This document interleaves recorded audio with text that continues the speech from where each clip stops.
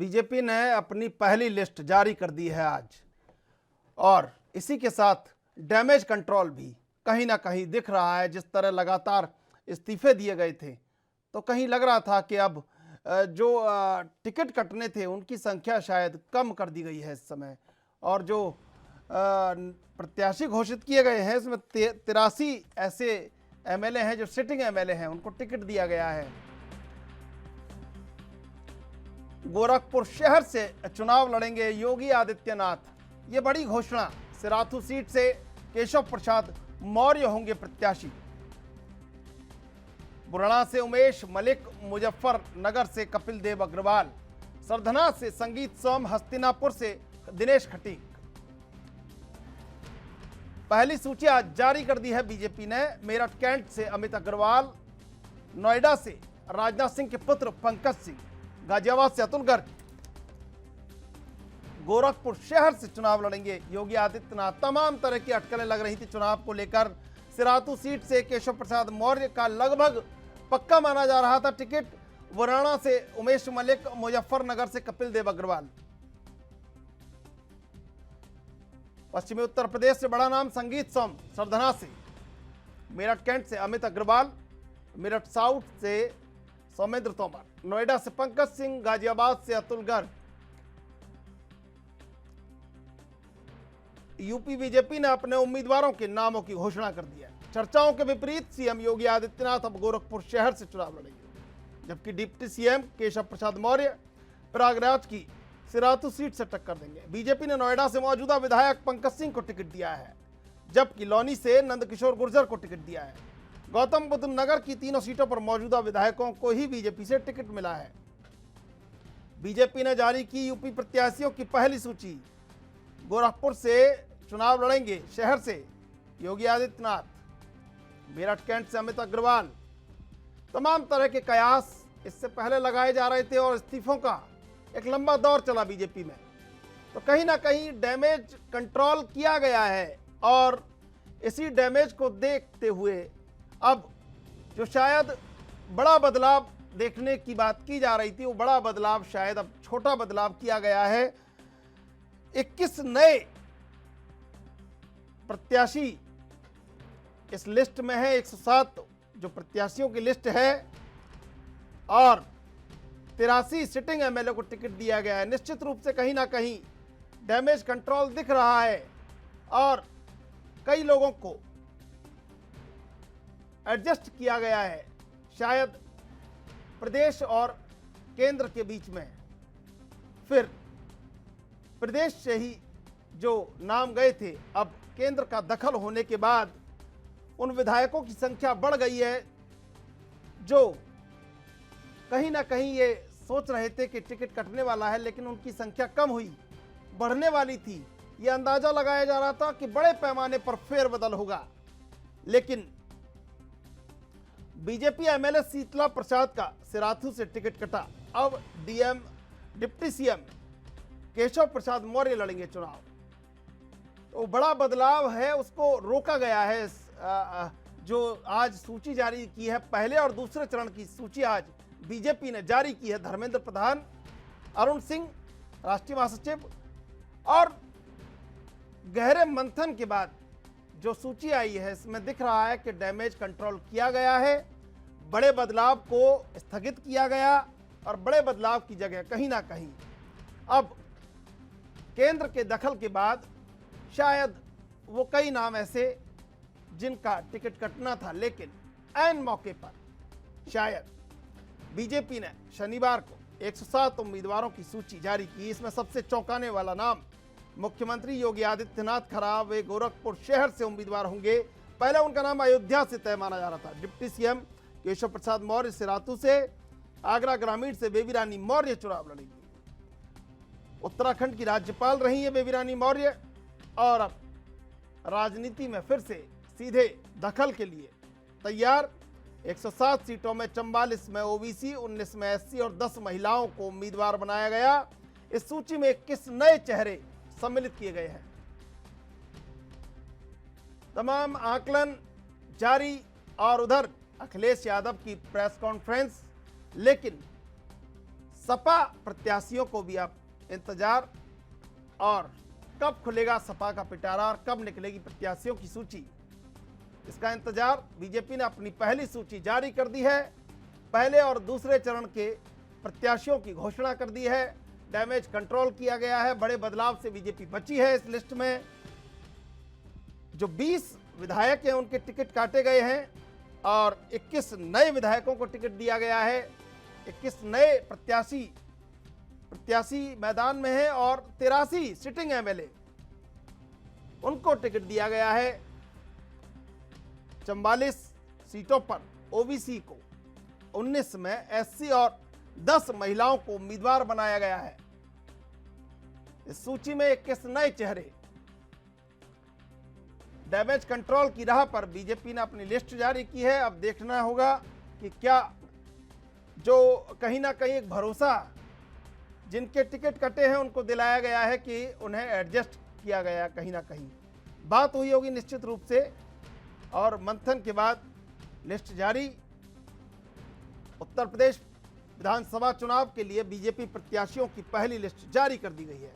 दिल्ली में पार्टी के यूपी प्रभारी धर्मेंद्र प्रधान प्रेस कॉन्फ्रेंस करके आज उन्होंने लिस्ट जारी की। योगी आदित्यनाथ गोरखपुर शहर से चुनाव लड़ेंगे। वहीं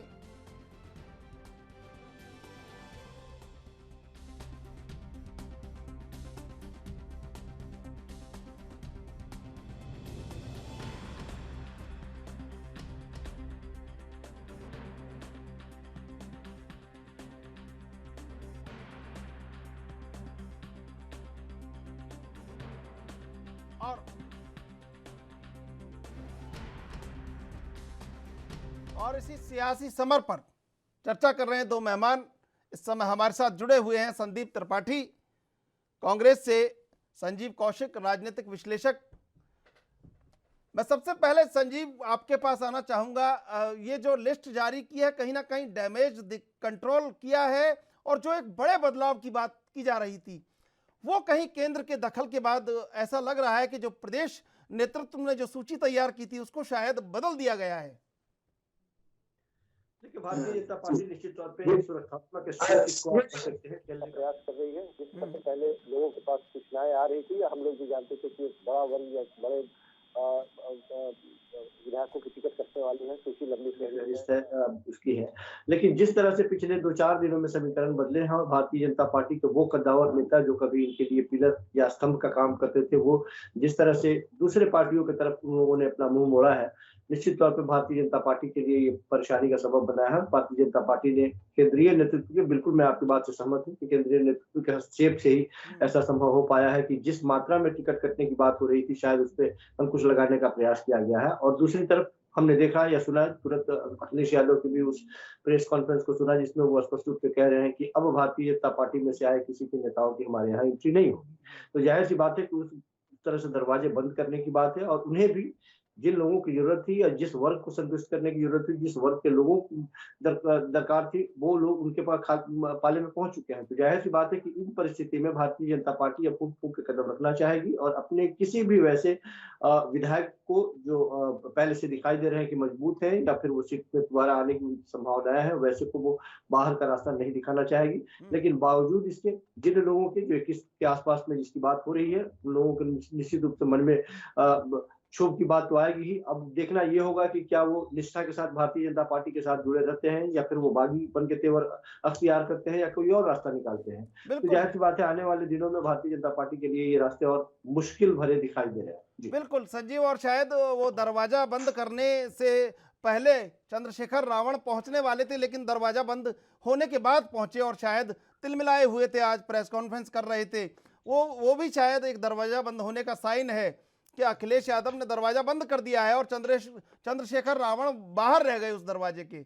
और ये दरवाजा बंद करने की बात अब सिद्ध हुई जब उन्होंने खुद कहा और चंद्रशेखर रावण बाहर रह गए सवेरे। बहरहाल मैं आऊंगा दोबारा आपके पास। संदीप त्रिपाठी, गोरखपुर शहर से कौन होगा आपका उम्मीदवार योगी आदित्यनाथ के खिलाफ? जी, कौन वो वंचित, शोषित, पिछड़ा, मजबूर, कौन वो प्रत्याशी है जिसकी आवाज को आप बुलंद करेंगे? देखिए, उत्तर प्रदेश ही नहीं पूरे देश को जिस प्रकार से कांग्रेस ने और प्रियंका गांधी जी ने एक नई राजनीति की दिशा में जो है आने पर विवश किया है और राजनीति के नए नए पैटर्न पर काम करने के लिए विवश किया है, ये हमारी सफलता है। चुनाव जीतना हारना एक अलग विषय हो सकता है, लेकिन जिस प्रकार से हमने एक राजनीति में जो मर्यादा, शुचिता और जिस प्रकार से एक पैटर्न बन गया था कि ये राजनीति तो बड़े लोगों की है और इसमें बड़े ही लोग पार्टिसिपेट करते हैं, इसके लिए बहुत धन की आवश्यकता होती है, वगैरह वगैरह, ऐसे पैटर्न को खत्म करके महिलाओं की बात करके हमने एक राजनीति को नई दिशा देने का प्रयास किया है और ये जो है कांग्रेस को, और हमें पूर्ण विश्वास है कि इस राजनीति पैटर्न पर आने वाली सभी पार्टियों, आने वाले चुनाव में, आने वाले समय में सभी पार्टियों को मजबूरी में चलना पड़ेगा। ये हरदम हम करते रहे हैं और ये आगे भी होगा। अब थोड़ी बात कर लेते हैं हमारे योगी जी की। बड़ी बड़ी डिबेट करा दिए, 40 कह रहे थे, 40 दौरा अयोध्या का इसलिए हुआ किस लिए कि योगी जी को वहां से चुनाव लड़ना था। योगी जी ने हाथ जोड़ा, भैया मुझे माफ करो, अयोध्या से 25 सीटें जो है जिला पंचायत में जो है हमको सिर्फ 8 सीटें पूरे अयोध्या जिले से मिली है, चुनाव हार जाएंगे। तो वो हाथ जोड़ जोड़ मतलब विनती किया और विनती करके गोरखपुर गए। चलिए, उनकी मजबूरी समझता हूँ, इसलिए कि उनको पता था कि वो चुनाव हार जाएंगे और गोरखपुर भी चुनाव नहीं जीतेंगे, इसलिए कि आप याद कर लीजिए गोरखपुर लोकसभा जब उन्होंने छोड़ी थी, लोकसभा के बाद वहां पर जब लोकसभा का उपचुनाव हुआ था तो वहां पर भाजपा पार्टी हारी थी पहली बार। एक बात और अभी हम लोग जो जिस तरफ ध्यान नहीं दे रहे हैं, हम उस पे सभी का ध्यान आकर्षित करना चाहते हैं। देखिए, अभी योगी जी और ये डबल इंजन की जो सरकार थी ना, ये आज आमने सामने। इस बात को मैं क्यों कह रहा हूं आप समझिए। आप अपनी रिसर्च टीम से कहिएगा कि आज आदित्य योगी नाथ जी का फेसबुक पेज, उनका ट्विटर हैंडल देखे, जब प्रत्याशियों की घोषणा हो रही थी तो केशव प्रसाद मौर्य जी उसको लाइव चला रहे। योगी जी छोटी छोटी बातों पर लाइव चलाने वाले, आज कैंडिडेटों की सूची जब घोषित हो रही थी तो उसको लाइव नहीं चला रहे थे। इससे उनकी नाराजगी को समझा जा सकता है। आज सच्चाई यह है कि नाराजगी होगी सर, नाराजगी होगी। जिस तरह का डैमेज हुआ तो केंद्र को दखल देना पड़ा और जो सर्वे थे सब धरे रह गए। संदीप जी, सर्वे सारे धरे रह गए।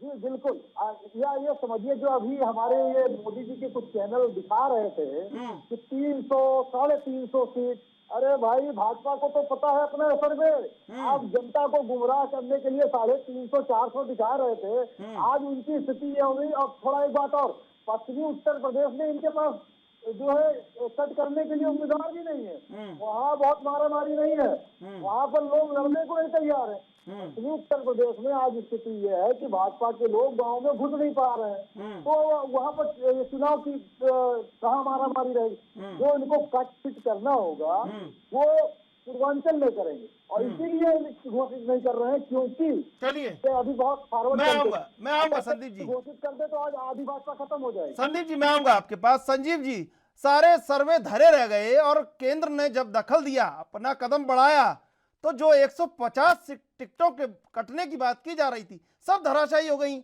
और डैमेज ने पूरे जो एजेंडा था सबको चेंज करके रख दिया 3 दिनों में।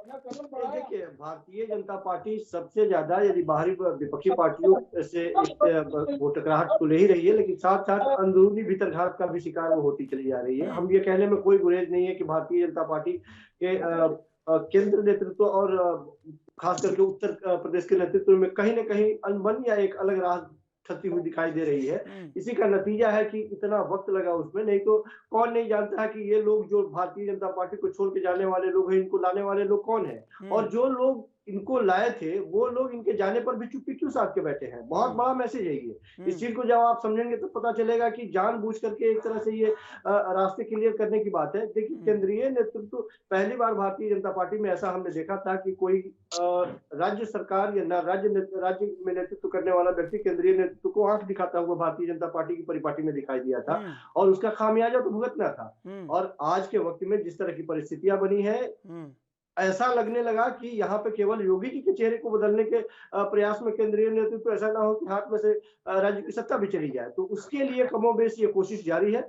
लेकिन यह बात बिल्कुल सही है कि केंद्रीय नेतृत्व दोबारा कम से कम योगी जी को उतनी तन्मयता से लाने की कोशिश नहीं कर रहा है। हाँ, बीजेपी जरूर वापस आए इसकी कोशिश है। देखिए संजीव जी, दरअसल बात 2022 की नहीं है, बात 2024 की है कि 24 में उत्तर प्रदेश ही वो गेम चेंजर है जो राजनीति को पलट सकता है केंद्र में। तो कहीं ना कहीं 2024 के लिए ये जो सब बनाया गया है ये जरूरी है इस समय। नहीं, निश्चित तौर पे जो खाका दिखाई दे रहा है उसके हिसाब से आप ये बात कह सकते हैं, क्योंकि उत्तर प्रदेश से होते हुए ही 2024 के रास्ते खुलेंगे दिल्ली दरबार के। लेकिन यह बात बिल्कुल सही है कि दिल्ली दरबार में दूसरे पंक्ति में वो लोग जो बैठे हुए हैं जिनकी लाइन लंबी है या फिर उनकी बारी आने वाली है, वैसे लोगों के लिए ये मुश्किल के हालात पैदा होंगे। तो उस परिस्थिति में योगी जी आए या नहीं आए, भारतीय जनता पार्टी वापस आए, इसकी कवायद तो निश्चित तौर पर केंद्र नेतृत्व चाहेगा ही, करेगा ही। ठीक है, बिल्कुल। संदीप त्रिपाठी, आवाज मिल रही है आपको? संदीप जी, ये पहले वरुण गांधी और मेनका गांधी को लाया गया 2004 में कांग्रेस के लिए काउंटर करने के लिए। अब वो भी लगा कि अब जब कांग्रेस ही पूरी एक जगह खड़ी है तो फिर अब इनकी क्या जरूरत है। कहीं ऐसा तो नहीं है कि योगी आदित्यनाथ के संग भी वैसा ही हो रहा है? जी देखिए, भाजपा और मोदी की राजनीति हम कई बार आपकी डिबेट में भी बोल चुके हैं कि इनकी राजनीति का तरीका यही रहा है। ये यूज एंड थ्रो वाले व्यक्ति हैं, इनके न सिद्धांत है, न लॉजिक है, न ह्यूमिलिटी है। ये जो है कभी जो है मानवीयता नहीं रखते हैं, और ये पेवर जो है कारपोरेटिव पॉलिटिक्स करते हैं, कारपोरेट घरानों वाली, और कारपोरेटिव कल्चर है। कॉपरेटिव नहीं, कारपोरेटिव, इसमें थोड़ा अंतर आप समझिएगा। मैं ये इसलिए कह रहा हूँ कि जिस प्रकार से अभी आपने बात कही हमारे वरुण गांधी जी की, मेनका जी की, तो उनको किस तरीके से एग्रेसिव पॉलिटिक्स कर एक उनसे बयान दिलाया गया और उनका यूज किया गया, और आज के डेट में बेचारे अपने जो है लोकसभा क्षेत्र के लिए कामों के लिए संघर्ष कर रहे हैं, लोगों के मुद्दे उठा। जबकि मैं वरुण गांधी का, वो भले भाजपा में है, पर्सनली इतना सम्मान करता हूं, और इस वजह से करता हूं कि पूरे भारतवर्ष में वो इकलौते राजनीतिज्ञ हैं जो कि अपनी सैलरी तक नहीं लेते हैं, उसको भी किसानों को दान दे देते हैं। ये अपने आप में बहुत बड़ी बात है। बहुत बड़े बड़े धनाढ्य लोग जो है पॉलिटिक्स में है, बहुत बड़े बड़े जो है व्यवसायी लोग हैं जिनकी संपत्तियां जो है 100-200, 300, 400 करोड़ रुपए है, लेकिन ऐसा नहीं कर पाते। लेकिन वरुण गांधी ऐसा करते हैं, वो सम्मानीय चीज है। लेकिन ऐसे ही भी लोगों को भाजपा हजम नहीं कर सकती है। अच्छे लोगों को भाजपा हजम करती ही नहीं है। भाजपा में अगर आपको कुछ होना है तो आपको देखिए, योगी जी की एक ही गलती है, आप समझिए। त्रिशूल जी बहुत बड़ी, सुन लीजिए त्रिशूल जी, मैं एक बहुत महत्वपूर्ण बात कर रहा हूँ। योगी जी की सिर्फ एक गलती है, वो उन्होंने अपना माना क्यों खत्म कर दिया। मैं बता रहा हूँ, मुख्यमंत्री बनने के लिए कम से कम 10 मुकदमे चाहिए। योगी जी ने गलती कर ली कि अपने ही मुकदमे वापस कर लिए, मुकदमों की संख्या हो गई कम, तो कैसे मुख्यमंत्री बनोगे भाई। ये गलती तो उन्होंने ये कर दी। केशव प्रसाद मौर्य को अब तक ये साइडलाइन कर देते, लेकिन मजबूरी है कि केशव प्रसाद मौर्य अकेले इकलौते ऐसे नेता है जो ओबीसी के बचे हुए हैं इनके पास, तो जाहिर सी बात है कि उनको प्रमोट करना पड़ेगा। नहीं, अब तक केशव प्रसाद मौर्य जी भी ठिकाने लग जाते जिस तरह योगी जी को इन्होंने लगा दिया। बिल्कुल। तो उत्तर प्रदेश की राजनीति में अब मोदी जी कभी नहीं चाहते हैं कि कोई पीएम से कोई उनके बराबर का व्यक्ति खड़ा हो सके। मैं आ रहा हूँ संदीप भाई। सर्वेश्वर पाठक जुड़ चुके हैं, राजनीतिक विश्लेषक सर्वेश्वर पाठक। ये जो एक बात आप आज देखी होगी आपने कि जब अखिलेश यादव प्रेस कॉन्फ्रेंस कर रहे थे, बड़ा गजब का कॉन्फिडेंस था, बॉडी लैंग्वेज में बड़ा गजब का कॉन्फिडेंस था, और बड़ा बेफिक्र होकर देख रहे हैं, राजनीति का आनंद ले रहे हैं। ऐसी ये जो विधा उनके अंदर विकसित होती जा रही है, इसका कारण क्या देख रहे हैं आप? कहीं बीजेपी कमजोर हुई है इसलिए? देखिए, या कद उनका बढ़ गया है?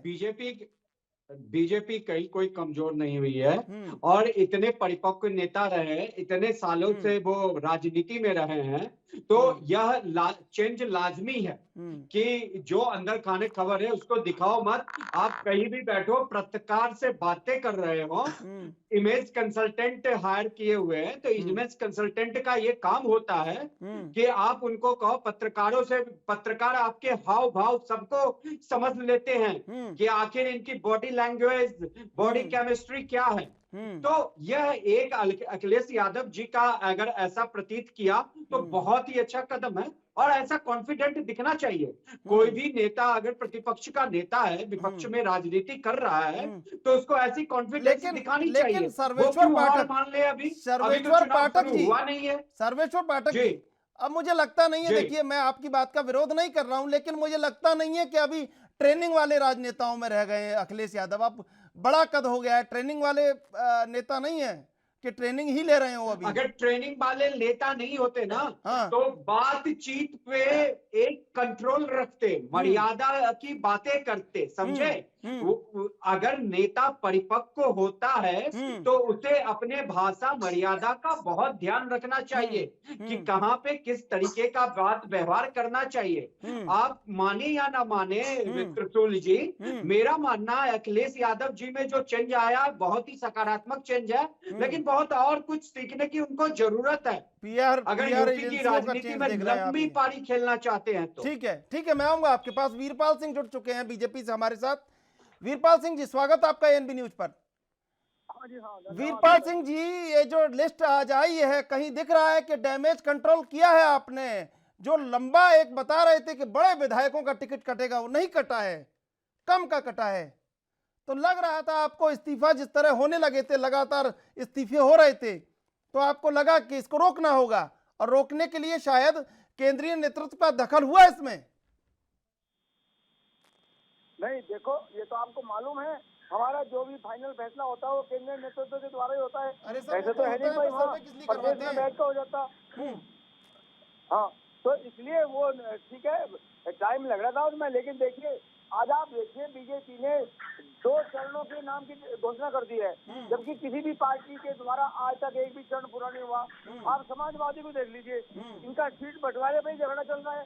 इसलिए ऐसा कुछ नहीं है, बीजेपी पार्टी जो भी करती है बैलेंस बना के करती है अपने नाम का। ऐसा नहीं है ये भाई ऐसे ही कोई सीट को फेंक दिया, वो बहुत सोच समझ के करती है, ये देख के करती है। और देखो, ये तो थोड़ा बहुत तो एंटी इनकम्बेंसी तो होती है, ये तो आप सभी जानते हैं, तो लेकिन बहुत कम है। बीजेपी का जो भी आप देखेंगे बहुत ही डिसिप्लिन पार्टी है, और सब लोगों का साथ, सबका विकास, सबका विश्वास लेकर पार्टी चलने वाली है। इसलिए ये पार्टी बहुत बैलेंस है, सब समझती है। चलिए, बिल्कुल ठीक है, बिल्कुल ठीक है। आप कह रहे हैं, संजीव मैं आपके पास आऊंगा, सोचा समझा सब धरा रह गया, और केंद्र ने किया वही काम आया फिर। ये देखिए, केंद्र तो विषम परिस्थिति में भारतीय जनता पार्टी के लिए हनुमान के जैसे कूदना ही था केंद्र को, क्योंकि स्थितियां बेहतर नहीं दिखाई दे रही है। जिस तरह से पिछले कुछ दिनों में समीकरण बदले हैं, भारतीय जनता पार्टी के हाथ पांव फूलते हुए दिखाई दे रहे हैं, और उनको लग रहा है कि सत्ता अब हाथ से खिसकती हुई जा रही है। क्योंकि जिन लोगों के बारे में वो कह रहे हैं कि जाने से कोई फर्क नहीं पड़ता, उन लोगों के आने से फर्क पड़ा था, वो माने या ना माने। सच ये है कि समीकरणों के आधार पर जिन स्वामी प्रसाद मौर्य की बात हो रही थी, यदि वो नहीं आते या वो आने के बाद में उनके सेहत पर क्या फर्क पड़ा, और ये लोग गए क्यों? सबसे बड़ी गलती ये हुई भारतीय जनता पार्टी की तरफ से कि आदरणीय योगी राज में कौन सी ऐसी खासियत थी कि उनको मुख्यमंत्री का कुर्सी दिया गया था। उनमें सबसे बड़ी खासियत यही थी कि वो हिंदू के बहुत बड़े पुरोधा थे, या उनका चेहरा थे, या फिर अल्पसंख्यक वर्ग से बड़े धारदार तरीके से वो हमला करते थे। ये एक खासियत थी। लेकिन आने के बाद में जिस तरह से ठकुराहट वाले अंदाज में उन्होंने सत्ता को चलाना शुरू कर दिया, जाहिर सी बात है कि वो दबे कुचले पैदान पे जो लोग बैठे थे, जो लोग बड़े नेता के साथ जुड़े थे, उन लोगों को लगने लगा कि हमारी हिस्सेदारी जो होनी चाहिए वो मुझे नहीं मिल रही है, वो मुझे दिखाई नहीं दे रही है, और इसके वजह से वो विमुख होना स्वाभाविक है। और इस चीज को वो भांप नहीं पाए। उन्हें लगा कि शायद ये लोग कभी छोड़ के जाने वाले नहीं, जिसका नतीजा आज सामने ये दिखाई दे रहा है। बिल्कुल बिल्कुल। संजीव जी, संदीप त्रिपाठी जी, समय समाप्त हो रहा है। वीरपाल सिंह जी, मैं आप सबका धन्यवाद करना चाहूंगा। बीजेपी ने डैमेज कंट्रोल किया है, और जिस तरह टिकटों के बंटवारे में ये पहले और दूसरे चरण का टिकट का बंटवारा किया है, इससे साफ नजर आ रहा है कि केंद्र ने बहुत बड़ा कदम उठाया, और जो ग्रासरूट सर्वे थे कहीं उनको पूरा इग्नोर करना पड़ा। क्यों? क्योंकि अगर टिकट ज्यादा कटते तो नुकसान ज्यादा होता, नुकसान को रोकने की कोशिश की गई है। बहरहाल, देश विदेश की ताजा तरीन खबरों के लिए आप देखते रहिए एएनबी न्यूज।